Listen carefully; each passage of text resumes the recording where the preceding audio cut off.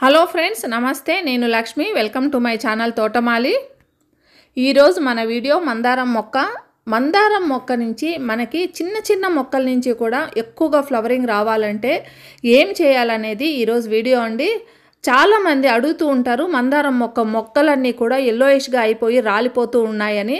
ఇంకా మొగ్గలు అసలు సరిగ్గా విచ్చుకోవటం లేదు, సగం సగం మొగ్గగా ఉండి ఇంకా మొగ్గ పూర్తిగా విచ్చుకోకుండానే మొగ్గలు రాలిపోతున్నాయని. వీటన్నింటికి పరిష్కారాన్ని కూడా ఈరోజు తెలియజేస్తాను. మనము ఎప్పుడు కూడా ఏ మొక్కకైనా కూడా ఫౌండేషన్ అనేది కరెక్ట్గా ఉంటే తర్వాత ఫ్యూచర్లో వాటికి ప్రాబ్లం రాదు. ఫౌండేషన్ అంటే మనము మొక్కను నాటుకునేటప్పుడే కరెక్ట్ పద్ధతిలో మొక్కను నాటుకోవాలండి. ఆ విధంగా మనము మొక్కను నాటుకున్నప్పుడు తర్వాత ఆ మొక్క పెరిగే దశలో ఇంకా ఈ ప్రాబ్లమ్స్ అంటే మొక్క అనేది చనిపోవటం కానీ లేదా మొగ్గలు రాలిపోవటం కానీ ఎల్లోయిష్గా అయ్యి రాలిపోవటం కానీ, ఇంకా చాలామంది అడుగుతూ ఉంటారు, మా మొక్కల్లో అసలు మొగ్గలు రావటం లేదు, ఎరువులు వేస్తున్నాను, అవి వేస్తున్నాను, ఇవి వేస్తున్నాను, చాలా ఇస్తున్నాను కానీ మొగ్గలు అయితే రావటం లేదని. మీరు ఎలాంటి ఫర్టిలైజర్స్ ఇస్తున్నారు, ఎలాంటి కేర్ తీసుకుంటున్నారు, మీ దగ్గర ఇన్ని ఫ్లవర్స్ వస్తున్నాయి అనేసి అడుగుతున్న వాళ్ళందరికీ కూడా ఈరోజు చక్కని పరిష్కారాన్ని అయితే నేను చూపిస్తానండి.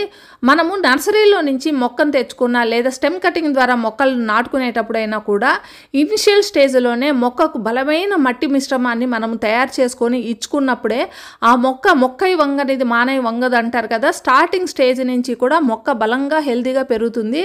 చాలా ఫ్లవర్స్ అయితే మొక్కలు తీసుకోవచ్చు. ఈరోజు వీడియో ఏంటంటే, నేను నర్సరీ నుంచి మొక్కలు తెచ్చుకున్నాను. ఈ మొక్కల్ని ఏ విధంగా నేను మట్టి మిశ్రమం తయారు చేసుకొని మొక్కల్ని ట్రాన్స్ప్లాంట్ చేసుకుంటున్నాను అనేది వీడియో అండి. సో మందారం మొక్కల్ని తెచ్చుకొని నాటుకోవటానికి కూడా ఈ రైనీ సీజన్ అయితే కరెక్ట్ టైము. మంచి ఫ్లవరింగ్ రావటానికి, మంచి ఫ్లవర్స్ మనకి మొగ్గలతో కూడిన మొక్కలు కూడా ఇప్పుడు దొరుకుతూ ఉంటాయి. సో మొక్కలు చూసి కలర్స్ చూసి మనం ఇప్పుడు మొక్కను తెచ్చుకోవచ్చు. నర్సరీ నుంచి మొక్కలు తెచ్చుకునేటప్పుడు చిన్న జాగ్రత్తలు అయితే మీరు తీసుకోవాల్సి ఉంటుందండి. అదేంటంటే, ఒక్కసారి మొక్కను గమనించండి. ఇది చూసారండి, 50 రూపాయలు పెట్టి ఈ మొక్కను తెచ్చుకున్నాను. ఈ మొక్కకు ఎన్ని బ్రాంచెస్ ఉన్నాయో ఒకసారి మీరు గమనించండి. మనకు చాలా వెరైటీస్ ఆఫ్ ఫ్లవర్స్, ఒక్కొక్క వెరైటీ కూడా చాలా మొక్కలు ఉంటాయి కదా. మొక్కను తెచ్చుకునేటప్పుడు కింద బ్రాంచెస్ ఎక్కువ ఉండేటట్లు చూసి తెచ్చుకోండి. ఇట్లా బుషీగా ఉండే మొక్కను మనం తెచ్చుకుంటే ఎక్కువ బ్రాంచెస్ ఉంటాయి. ఎక్కువ బ్రాంచెస్ ఉన్నప్పుడు ఎక్కువ ఫ్లవర్స్ వస్తాయి. సో అది గమనించండి. ఎక్కువ బ్రాంచెస్ ఉండే మొక్కలను మీరు తెచ్చుకోండి. ఇంకా మట్టి మిశ్రమాన్ని తయారు చేసుకోవటము ఏ విధంగా అనేది ఇప్పుడు వీడియోలో గమనించండి. మనము నర్సరీ నుంచి మొక్కను తెచ్చుకున్నప్పుడు ఆ మట్టి మిశ్రమాన్ని ఒకసారి గమనించండి. అంటే మనం మొక్కను తెచ్చుకున్న ఆ మట్టి ఎలాంటి మట్టి అనేది ఒకసారి చూడండి. ఇది ఎంత బంకగా ముద్దగా, అసలు పొడిగా అవ్వటం లేదు. ఇంకా ఫెవికాల్ లాగా గమ్ములాగా అలా ముద్దగా ఉంది కదా. ఇలాంటి ముద్దగా ఉండే మట్టిలోనే మనము కంటైనర్లో నాటేసామనుకోండి, ఇంకా తర్వాత 2-3 నెలలకు మించి ఆ మొక్క ఇంకా బతకదు. అందులో ఉన్న మొగ్గలు మాత్రమే ఇంకా వికసిస్తాయండి. ఆ తర్వాత కొత్త మొగ్గలు రావటం అయితే జరగదు.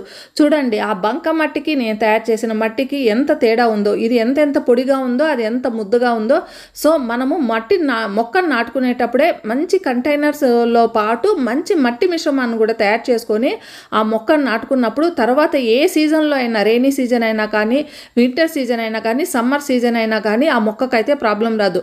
మనము ఫస్ట్ ఏం చేయాలంటే, ఆ మొక్క కట్టిన కవర్స్ని అంతా కట్ చేసేయండి. 4 వైపులా కట్ చేసేసి తీసేసి ఆ మొక్కను కొద్దిసేపు, అంటే మట్టితో సహా కొద్దిసేపు, అంటే ఒక 10 నిమిషాల పాటు కంటైనర్లో వాటర్ పోసి దాంట్లో నానబెట్టేసేయండి.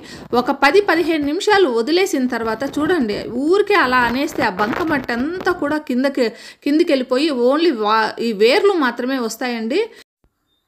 ఇంకా మనం గమనించవలసిన ఇంకొక విషయం ఏంటంటే, ఈ మొక్కలన్నీ కూడా గ్రాఫ్టింగ్ ప్లాంట్స్ కావటం వల్ల గ్రాఫ్టింగ్ చేసేటప్పుడు ఇలా చిన్న వాటిల్లో పెట్టి వాటిని మట్టి పెట్టేసి గ్రాఫ్టింగ్ చేస్తారు. తర్వాత వీటిని అలానే వదిలేస్తారండి.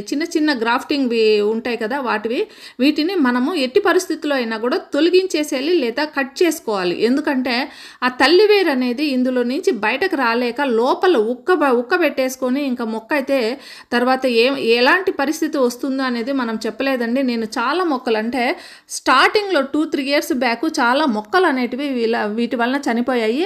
ఏమవుతుందంటే గట్టిగా లోపల బిగుసకపోయి ఆ వేరు డెవలప్ అవటానికి వీలవద్దు.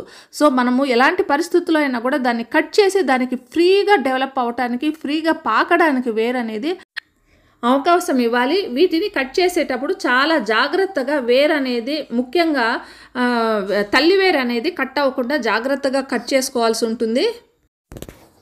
ముఖ్యంగా రెయినీ సీజన్లో మనం ఈ పని చేసేటప్పుడు చిన్న చిన్న వేర్లు కట్ అయినా కూడా ఈ రెయిన్ వాటర్లో ఉండే నైట్రోజన్ వల్ల వీటికి పెద్ద ఎఫెక్ట్ రాదండి. నేనైతే పూర్తిగా వీటిని తొలగించేశాను. పూర్తిగా తీసేసి కట్ చేసేసి ఆ ప్లాస్టిక్ బుట్టను తర్వాత ఈ మొక్కను నాటుకుంటున్నాను. ఇక మట్టి మిశ్రమాన్ని ఏ విధంగా తయారు చేసుకోవాలంటే నేనైతే ఓల్డ్ సాయిల్ తీసుకున్నానండి. ఇంతకుముందు వాడిన ఓల్డ్ సాయిల్ ఆల్రెడీ ఈ ఓల్డ్ సాయిల్ అనేది ఇంతకుముందు కూడా కలుపుకున్నదే కదా, ఇది పొడి పొడిగా మనకి బంక ఉండదు. అయినా కూడా ఈ మట్టిలో నేను ఏమేమి యాడ్ చేస్తున్నానంటే రైస్ హస్క్ యూజ్ చేస్తాను. ప్రతిసారి నేను చెప్తానండి, రైస్ హస్క్ అనేది కంపల్సరీ వాడండి. లేదా కోకోపీట్ యూజ్ చేయొచ్చు. కాకపోతే కోకోపీట్ కంటే రైస్ హస్క్ అనేది అంటే బియ్యం పొట్టు అంటారు కదా, అది బెస్ట్. ఇంకా ఇసుక అనేది 100% ప్రతి ఒక్కరూ వాడటానికైతే ట్రై చేయండి. మట్టి పొడి పొడిగా బిగుసకపోకుండా పొడి పొడిగా ఉండాలంటే కంపల్సరీ ఇసుకని యాడ్ చేయాలి. దాంతోపాటు కంపోస్ట్ అనేది యాడ్ చేయండి. ఇక ఇందులో నీమ్ కేక్ పౌడర్ని కూడా యాడ్ చేస్తున్నానండి. ఒక గుప్పెడు అని చెప్పచ్చు. 5 మొక్కలను నేను ఈరోజు ట్రాన్స్ప్లాంట్ చేసుకుంటున్నాను కదా, 5 మొక్కలకి సరిపోయేటట్లు ఇది ఒక గుప్పెడు వేశాను. ఇంకా ఇది ఎప్సమ్ సాల్ట్ అండి. ఎప్సమ్ సాల్ట్ కూడా చిన్న కప్పుడు అంతా వేసుకుంటున్నాను. ఇందులో కొద్దిగా పక్కకు తీసేసానండి. ఇక తీసింది పక్కకి ఏ విధంగా లాస్ట్లో వాడతాను, ఏ విధంగా వాడతాను అనేది కూడా మీకు చూపిస్తాను. ఇవన్నీ కలిపేసి ఈరోజు మనము ఒక చక్కటి మట్టి మిశ్రమాన్ని తయారు చేసుకోవచ్చు. ఇక్కడ వరకు అందరూ కంపల్సరీగా వేయండి. ఇప్పుడు నేను ఏవైతే చూపించానో మట్టి మిశ్రమంలో అవన్నీ కంపల్సరీ. ఇంకా మీదట నేను చూపించేదన్నీ కూడా ఆప్షనల్ అండి. ఆప్షనల్ అనేది ఉంటే వేసుకోవచ్చు, లేకపోతే లేదు. ఈ పర్లైట్ అనేది ఆప్షనల్ అండి. కాకపోతే పర్లైట్ మనము మట్టి మిశ్రమంలో ముఖ్యంగా రోజెస్కి కానీ, చామంతులకు కానీ, మందారం మొక్కలకు కానీ ఇవి కలపటం వల్ల ఏరియేషన్ అనేది గాలి వెళ్ళటం, మట్టి లోపలికి వెళ్ళటం వల్ల మొక్కలకి గాలి వేరు ద్వారా గాలి బాగా అందటానికి ఇది అవకాశం కల్పిస్తుంది. ఇవి మనకు ఆన్లైన్లో అమెజాన్లో వాటిలో దొరుకుతాయండి. కాస్ట్ కూడా ఈ ప్యాకెట్ చూసారా, ఈ ప్యాకెట్ 90 రూపీస్ ఉంది. ఈ ప్యాకెట్ దాదాపు ఇప్పటికి ఎన్ని మొక్కలకి, చామంతి మొక్కలకి అన్ని వాడాను, రోజెస్కు వాడాను, చాలా మొక్కలకు వేసానండి. ఒక ప్యాకెట్ తీసుకుంటే కూడా మనకు చాలా మొక్కలకు వస్తాయి ఒక 90 రూపీస్ పెట్టి. ఇంకా ఈ మట్టి మిశ్రమంలోకి ట్రైకోడర్మా విరిడి, సూడోమోనాస్ ఈ 2 కూడా నేను తీసుకుంటున్నాను. ఈ మూతంత కప్పు ఉంది చూసారా, ఈ కప్ అంతా వేస్తున్నాను. చిన్న కప్పుడు అండి. ఈ కప్పుల్లో కూడా నేను సగమే తీసుకుంటున్నాను. ఇవంతా కూడా ఎక్కువ వేయనవసరం లేదు. కొద్దిగా ఆ మూతలో కొద్దిగా వేసుకుంటే సరిపోతుంది. మహా అంటే 10 to 20 గ్రామ్స్ ఉంటుందండి. ఇది ఒక 10 గ్రామ్స్, ఇది ఒక 10 గ్రామ్స్, 2 కలిపి 20 గ్రామ్స్ అంతా వేసుకుంటున్నాను. ఇవన్నీ వేసి కలిపి మనకి ఒక మట్టి మిశ్రమాన్ని తయారు చేసుకుంటే ఇంకా హెల్తీగా ఉండే మట్టి, పొడి పొడిగా ఉండే మట్టి, ఇంకా ఫ్యూచర్లో కూడా ఈ మట్టి ద్వారా మొక్కలకి ఎలాంటి ప్రాబ్లం రాకుండా ఉండేటట్లుగా మనం తయారు చేసుకున్నట్లు అవుతుందండి. ఒకసారి చూడండి మట్టి మిశ్రమము ఫైనల్గా కలిపిన తర్వాత ఎంత గుల్లగుల్లగా పొడి పొడిగా ఉందో చూస్తూ ఉంటేనే మనకు తెలిసిపోతుంది. ఇంత పొడి పొడిగా మనకు మట్టి మిశ్రమం ఉంటే ఎంత వర్షం పడినా కూడా మట్టి అనేది బిగసకపోవటము, వేర్లన్నీ కుళ్ళిపోవటం కూడా జరగదు. ఎక్కువ వాటర్ మనకి మట్టిలో చేరుకునిందంటే దాని వలన మొక్కలన్నీ కూడా వేర్లు కుళ్ళిపోవటం ఒకటే సమస్య కాదు, మొగ్గలన్నీ కూడా ఎల్లోయిష్గా అయిపోతాయి. వాటర్ వల్లనే ఎక్కువగా ఈ మొగ్గలన్నీ ఎల్లోయిష్గా అయిపోయి రాలిపోతుంటాయి. ఆ సమస్య నుంచి కూడా ఇది బయటకు వస్తుంది. ఇంకా కంటైనర్స్ విషయానికి వస్తే చిన్న చిన్న కంటైనర్స్ స్టార్టింగ్లో మనం మొక్కలు నాటుకునేటప్పుడు మనకు కవర్, ప్లాస్టిక్ కవర్ అయితే ఇస్తారు కదా, ఆ ప్లాస్టిక్ కవర్ ఎంత సైజులో ఉంటుందో అంత సైజు పార్ట్ను మాత్రమే తీసుకోండి. అంతకు మించి పెద్ద పార్ట్ సైజ్ తీసుకోవద్దు. సో ఈ పార్ట్లో కూడా కింద బాగా డ్రైనేజ్ హోల్స్ ఎక్కువగా ఉండేటట్లు చూసి వాటిని కవర్ చేసేసి ఇట్లా ఏదైనా కొబ్బరి పీచు కానీ ఏదైనా రాళ్ళు కానీ వేసేసి దాంట్లో ఇంకా ఈ మట్టి మిశ్రమాన్ని, మనం కలుపుకున్న ఈ మట్టి మిశ్రమాన్ని వేసి ఇంకా ఇందులో మొక్కను పెట్టి చక్కగా నాటేసేయండి. ఇప్పుడు చూడండి బాగా చక్కగా కనిపిస్తుంది. ఈ ప్లాస్టిక్ బుట్ట అనేది ఆ మొక్కలకి ఇస్తారు కదండి గ్రాఫ్టింగ్ అప్పుడు, అవంతా కూడా నేను తీసేసాను. దీనివల్ల ఇంకా వేరు అనేది కూడా చాలా చక్కగా డెవలప్ అవుతుంది. దానికి వేరు డెవలప్ అవ్వడానికి కావాల్సిన స్పేస్ అయితే దొరుకుతుంది.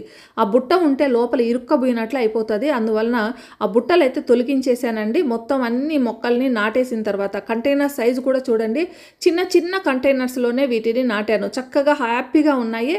ఇంకా వర్షాలు కూడా పడుతున్నాయి కదా, సో చక్కగా బతికిపోతాయి. ఇంకా ఎప్సమ్ సాల్ట్ అనేది కొద్దిగా పక్కకు ఉంచాను కదా, దీన్ని ఇప్పుడు మొక్క చుట్టూ చల్లేస్తున్నానండి. మామూలుగా అయితే వాటర్లో కలిపి ఆ వాటర్ని ఇప్పుడు మొక్కలకి వేయాలి. కాకపోతే మాకు కంటిన్యూస్గా వర్షాలు పడుతున్నాయి. ఎట్లా తిరిగి ఇంకా నైట్కి అయితే ఈవినింగ్కి అయితే వర్షం పడుతుంది. సో ఇక్కడ పైన వేసేస్తున్నాను. వర్షం పడినప్పుడు ఇదంతా కరిగి మొక్కకు అయితే చేరుతుంది. సో దీనివల్ల ఏంటంటే ఇప్పుడు ట్రాన్స్ప్లాంట్ చేసుకున్నాం కాబట్టి ఆ మొక్క ఆ షాక్లో నుంచి బయటపడడానికి అవకాశం ఉంది. దీనికోసమే నేను ఎప్సమ్ సాల్ట్ని కొద్దిగా పక్కకు తీసుకున్నాను. ఈ వీడియో ద్వారా ఇనిషియల్ స్టేజ్లో మొక్కను నాటేటప్పుడే మనం ఈ రకమైన మట్టి మిశ్రమాన్ని తీసుకొని ఈ రకంగా మొక్కను నాటుకుంటే ఇంకా ఫ్యూచర్లో మొక్క వలన ఎలాంటి ప్రాబ్లమ్స్ రావండి. చక్కగా మొక్కలు అయితే పుష్పిస్తాయి. మొగ్గలు రాలిపోవటం, ఇంకా పువ్వులన్నీ వికసించక ముందే రాలిపోవటం, ఇలాంటి ప్రాబ్లమ్స్ అన్నీ రావు. సో ఈ వీడియో ద్వారా ఎలాంటి మిశ్రమాన్ని మొక్కలకి ఇవ్వాలనేది నేను తెలియజేశాను కదా. ఈ వీడియో మీకు అందరికీ నచ్చిందని నేను ఆశిస్తున్నాను. నచ్చితే ఒక లైక్, కామెంట్ ఇవ్వండి. మళ్ళీ మరో మంచి వీడియోతో మీ ముందుకు వస్తాను. అంతవరకు హ్యాపీ గార్డెనింగ్. Bye bye.